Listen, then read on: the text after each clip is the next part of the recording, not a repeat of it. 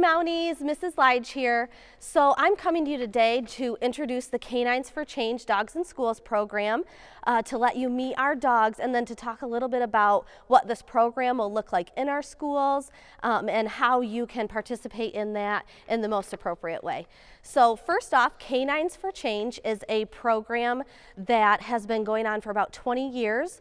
All the people who work within Canines for Change and started that program are former educators, so they know and see and truly believe in the process of having dogs in the schools. So I want you to understand the difference between a facility dog and the pets that you have at home.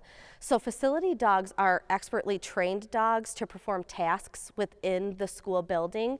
So you can love on them and care about them just like you would your pets at home, but they can't probably do the same things that your pets at home are doing.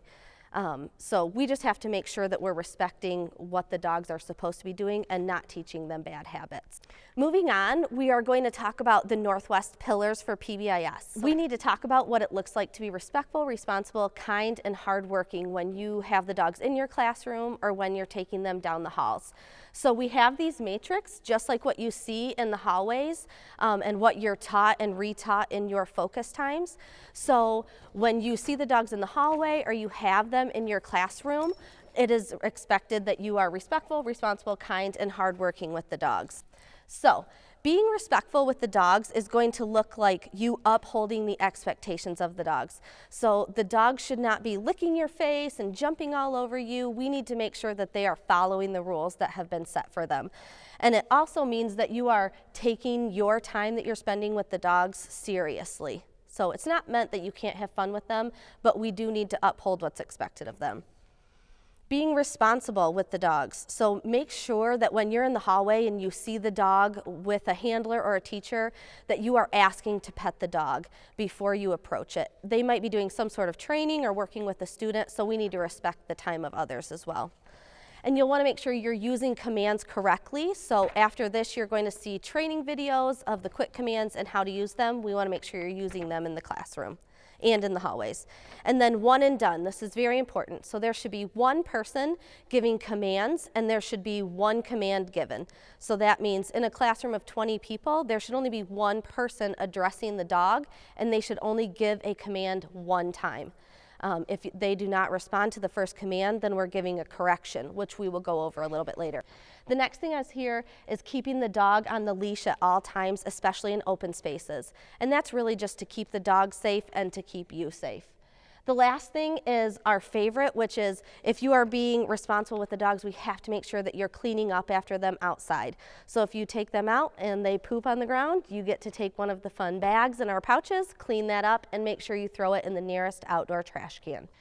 Being kind. So when you're being kind with the dogs, you should be praising them and rewarding them when they're doing what you ask or when you're just having fun with them, just so that they know they associate you with really good things. Also talking to them in a friendly tone. So if we're screaming or we're sounding really angry, it could be that the dogs become scared of you. So we just want to make sure we're approaching them in a way that is friendly. Also using safe and friendly body language. So making sure that we're not running at the dogs or hovering over them. And then lastly, just being gentle, not playing too rough with them or encouraging any aggressive behaviors. So lastly, being hardworking with the dogs. Please make sure when you or your teachers are checking them out, you're coming and getting them and bringing them back in a timely manner, that we're providing a safe space for the dogs. So please make sure crayons, pencils, chemicals, anything that the dogs could get into or get a hold of are put away where the dogs cannot get into that, so that we don't have any issues with that. And lastly, we want to encourage that you are practicing and encouraging proper commands and appropriate dog behavior. So make sure that you're using the common commands we teach you and that the dogs are having appropriate behaviors at all times. If they are not, you may have to correct them, and that's okay, but we want to encourage appropriate behavior. So when we move on from this video, what you're going to see are a bunch of the common quick commands that you will be asked to use in the classroom and throughout the buildings when you're working with the dogs. Each of these are broke down into what the command is used for, what it looks like, and what it does not look like. And I will have one of the certified trainers from Canines for Change here with me to help demonstrate all of those commands.